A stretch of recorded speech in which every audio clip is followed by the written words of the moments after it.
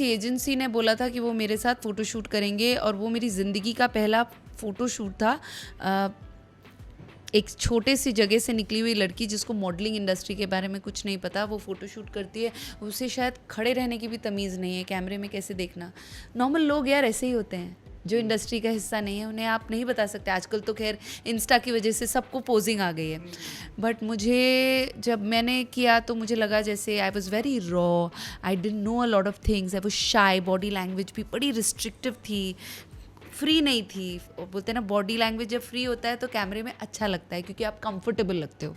ये सब आज समझ में आता है, पर जब मेरी फ़ोटोज़ आई और मैंने अपने आप को देखा तो मेरे मोटे मोटे आंसू थे आँख में। मैंने देखा नहीं, मेरी आंखों में खुद को देखते हुए मोटे मोटे आंसू थे। मैंने देखा कि मैं तो बहुत ख़राब दिखती हूँ, आई लुक वेरी बैड। ज़्यादातर तो ऐसे ही होता है ना कि मेकअप के सहारे या डीओपी के सहारे जो रोशनी फेंक रहे हैं मुझ पे, या एडिटर के सहारे लोग सुंदर बनते हैं, राइट? पूरा का पूरा जिम्मा तो मेरा नहीं है ना सुंदर लगने का, थोड़ा काम आपका, थोड़ा काम आपका, थोड़ा काम आपका। लेकिन वो आज समझती हूँ, लेकिन तब मैंने अपने आप को देखा तो एक अंदर से कुछ टूट गया। और जब मैंने उससे पूछा कि मैं ऐसी क्यों लग रही हूँ, तो उनका जवाब ये था, ऐसी ही दिखती हो तुम, ये तुम्हारी रियलिटी है। दूसरी बार जब मैं एक इंटरव्यू में गई तो मेरी हैबिट थी नाखून काटने की। एंजाइटी होती थी, सबको होती है। अकेले रहना मुंबई शहर में, पैसे का जुगाड़ करना, जो भी न्यू कमर्स देख रहे हैं, पैसे का जुगाड़ करना। कई बार ऐसा हो जाता है कि आप माँ बाप से नहीं मांग सकते, कितना मांगोगे? भले ही आपको 10 तरह के शौक़ ना हो या आदतें ना हो, फिर भी पैसे कम ही पड़ जाते हैं मुंबई जैसे शहर में, जहाँ आप लोग देखते हैं कि लोग एक लाइफस्टाइल जी रहे हैं, एक ब्रांड पहन रहे हैं। तो बड़ी दांत चबाने की आदत बचपन से थी। तो एक मीटिंग में गई, कॉन्फिडेंस थोड़ा सा मैंने अपने आप को फेक कर लिया था, आ गया था कॉन्फिडेंस। तो हाथ में ऐसे बैठी थी, तो मेरे से जो मुझसे मिलने आए थे, कास्टिंग वाले थे या कोई तो था, उन्होंने देखे मेरे हाथ और बोलते हैं कि व्हाट अगली हैंड्स। माइंड द वर्ड्स, सुनिए फिर से, व्हाट अगली हैंड्स।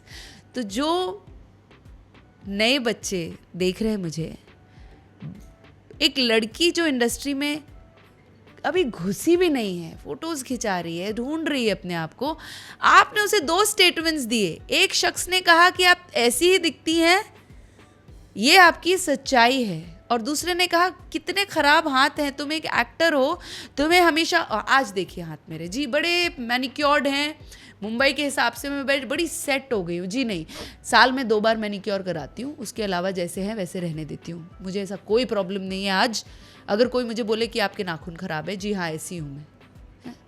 बट तब मेरे अंदर कुछ टूट गया था, और आज मैं सबको यही बताना चाहती हूँ, किसी को वो मौका मत दो, किसी को वो पावर मत दो जो आपको, आपके अंदर आपका जो हौसला है वो तोड़े, आपके सपनों को पाने की जो चाह है वो तोड़े, जो आपको तोड़ दे अंदर से। ये पावर आप किसी को ना दें, किसी को वो हक नहीं है, किसी में इतना पावर नहीं होना चाहिए जो आपको खुद के अंदर शंका पैदा करने पे मजबूर कर दे।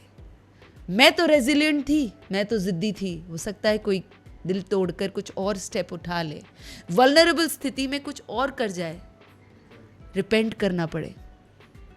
आप यूनिक हैं, आप अपने आप में एक किरदार हैं जो कहीं किसी कोने में कोई ढूंढ रहा होगा और आपको वैसा का वैसा उठा के कास्ट कर देगा। ये मैं बोलना चाहती हूँ। जसकरण मेरे पति हैं, उनके साथ यही हुआ था। वो जब पहली बार मिले, जब हम तुम में उदय कास्ट किए गए थे, तो उनको प्रोड्यूसर्स ने बोला था तुम जैसे हो हमें तुम्हें उठाकर वैसे ही रखना है। तो जो न्यू कमर्स हैं उनको ऐसा लगता है कि उनको किसी के लिए बदलने की ज़रूरत है। नहीं, आप जैसे हैं, कास्टिंग डायरेक्टर्स आपको वैसे ही उठा के कास्ट कर देंगे for who you are. Do not change that. आप अपने साथ अपनी शख्सियत लेकर आते हैं, वो यूनिकनेस किसी और के पास नहीं है। There will never be another Ridhima, there will never be another Vishal, and that is huge power.